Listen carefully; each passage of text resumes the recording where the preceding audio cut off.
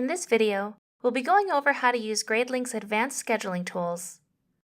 We'll start by defining the 3 different schedule types. Then, we'll look at configuring class periods and locations and then assigning them to classes. Finally, we'll wrap up the video by reviewing GradeLink settings that impact advanced scheduling as well as scheduling reports available to administrators, teachers, and families. Let's get started. From the GradeLink dashboard, select the Classes tab. The page defaults to the Main sub-tab, but we want to select Schedule on the right. When assigning a schedule to a class, you need 3 pieces of information: a schedule type, 1 or more class periods, and 1 or more locations. In GradeLink, there are 3 types of schedules: simple, weekly, and biweekly. The simple schedule is designed for classes that always take place at the same time on the same day every week. The weekly schedule is designed for classes that take place at different times on different days or that are taught only on certain days of the week.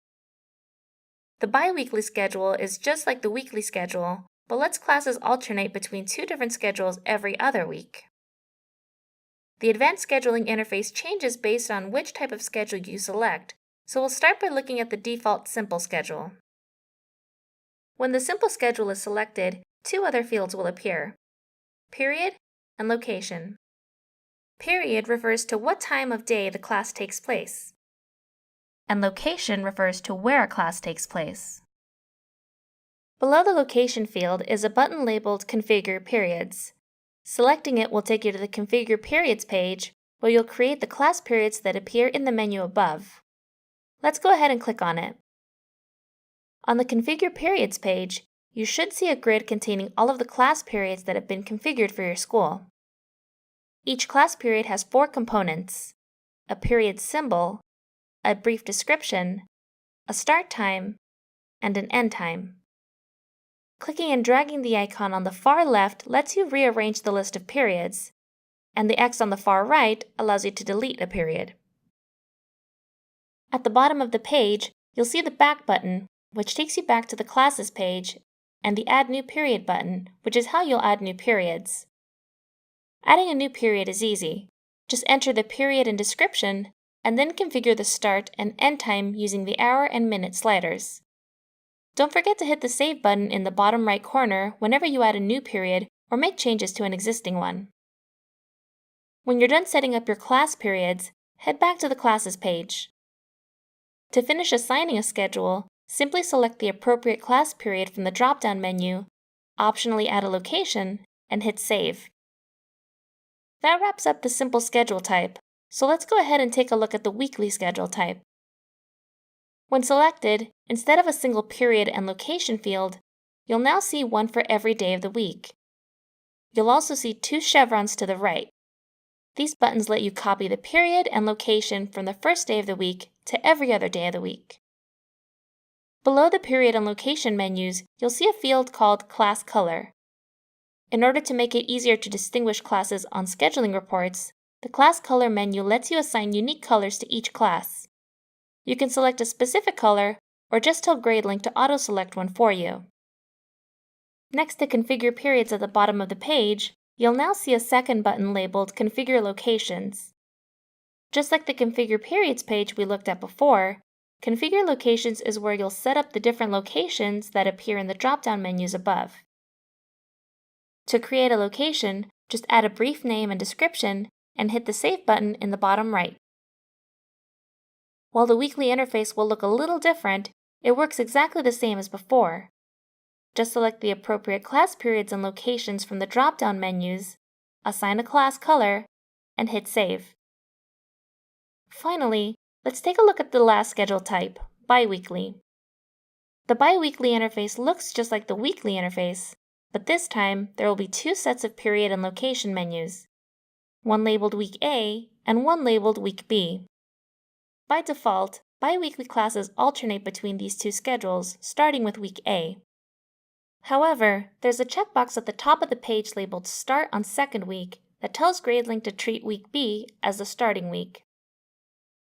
Now that we've looked at the different types of schedules and how to assign them to classes, it's time to briefly look at GradeLink settings that impact advanced scheduling. Let's head over to the Settings page. In the examples we showed earlier, the interface reflected a traditional 5-day school week. However, it's important to note that advanced scheduling works with 6- and 7-day weeks too. You can configure which days are part of your school week by using the checkboxes near the top of the Date/Time page. There will sometimes be instances where students are enrolled in classes with different schedule types. The Enable Advanced Scheduling setting controls how GradeLink interprets multiple schedule types to avoid creating conflicts. This setting is incredibly important, so let's use an example to better illustrate how it works. First off, there are 2 types of scheduling reports in GradeLink: Simple and Advanced. Generally speaking, Simple is for classes that use the Simple schedule type, while Advanced is for classes that use weekly or biweekly. This drama class uses a simple schedule, and both of the students enrolled in the class are in 12th grade. When those students log into their GradeLink accounts, they'll see their classes displayed using the simple format.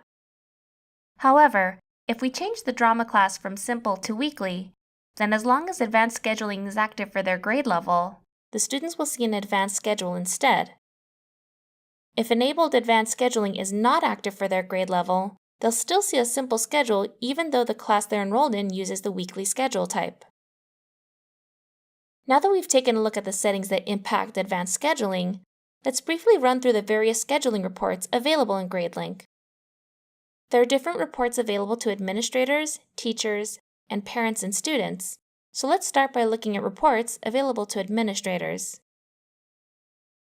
When logged in as an administrator, 4 different reports are available: the Simple and Advanced version of the Student Schedules report, and the Simple and Advanced version of the Teacher Schedules report.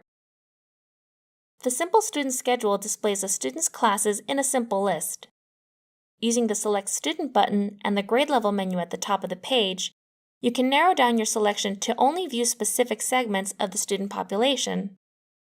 Additionally, schools may want to check the box labeled Show All Classes if they'd like hidden or non-academic classes to display on the report as well. The Advanced Student Schedule displays classes in an interactive way. After selecting a student or grade level, the first thing you might notice is that this version of the student schedule displays warning text at the top of the page if it thinks there might be a scheduling conflict. If you click on the red warning text, the report switches from a chronological or time view to a stacked list view. We can see now that because both of these classes share the same class period, a potential conflict was triggered. The gear-shaped button at the top of the page opens the Settings menu. Show All Classes will show hidden and non-academic classes. Class colors can be enabled or disabled, and the biweekly schedule view will force classes to display in 2-week increments even if they aren't assigned to a biweekly schedule. Time view toggles between chronological order and the stacked list view. Finally, the timescale lets you adjust the relative height of the rows that appear when the time view is active. The Simple Teacher Schedule displays the schedule for every teacher's classes in a simple grid, with teacher names along the left and class periods along the top. If you click on any of the classes, they'll expand to show the names and grades of every student enrolled in the class. Potential conflicts are highlighted with a pink background anytime more than one class appears for a teacher in the same class period. The Advanced Teacher Schedule displays every teacher's schedule using the same format as the Advanced Student Schedule. By default, you'll see the schedule for every teacher at the school, but you can narrow your selection using the Teacher menu at the top of the page. When teachers log into GradeLink, they can view an advanced schedule of their own classes by selecting the Class Schedule report in the Reports tab. Finally, when students or parents log into GradeLink, they can view a schedule of classes by selecting the Schedule tab. As we discussed earlier, the schedule that students and parents will see is determined by whether or not the enabled advanced scheduling setting includes their grade level. That wraps up our discussion of the advanced scheduling tools in GradeLink. If you have any questions, please refer to the Advanced Scheduling Help articles or send us an email using the Help and Support button built into every page.